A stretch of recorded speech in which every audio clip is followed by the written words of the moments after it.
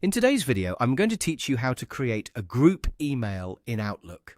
If you regularly send the same message to multiple people, creating a group email can save you a lot of time and help you stay organized.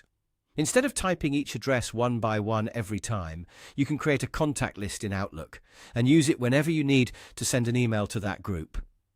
This is especially useful for teams, projects, family updates, or any situation where you contact the same people often. To get started, open Outlook on your device and make sure you're signed in to the correct account. Once Outlook is open, look for the People section. This is where your contacts and contact lists are managed. Depending on your version of Outlook, the People option may appear in the navigation bar or menu, but the goal is to get to the area where your contacts are stored. After you're in the People section, click New Contact List. This will open the Setup window where you can create your new group. At this point, you'll be asked to enter a name for the contact list. Choose something clear and easy to recognize, because this is the name you'll search for later when sending emails.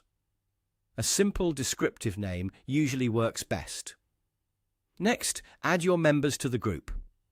This is where you include all the people you want to email as part of this contact list. Take a moment to make sure you're adding the correct contacts, so your group is accurate from the start. Keeping the list up to date will make future communication much easier. You'll also see an option to write a description. This part is optional, but it can be helpful if you want to note the purpose of the group, especially if you plan to create multiple contact lists in Outlook. A short description can make it easier to stay organized over time. Once everything looks good, click Create. Outlook will then save your new contact list, and your group email will be ready to use.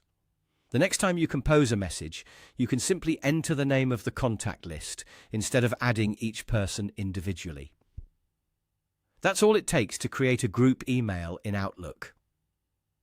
It's a simple feature, but it can make a big difference in speeding up your workflow and reducing mistakes when sending emails to multiple recipients.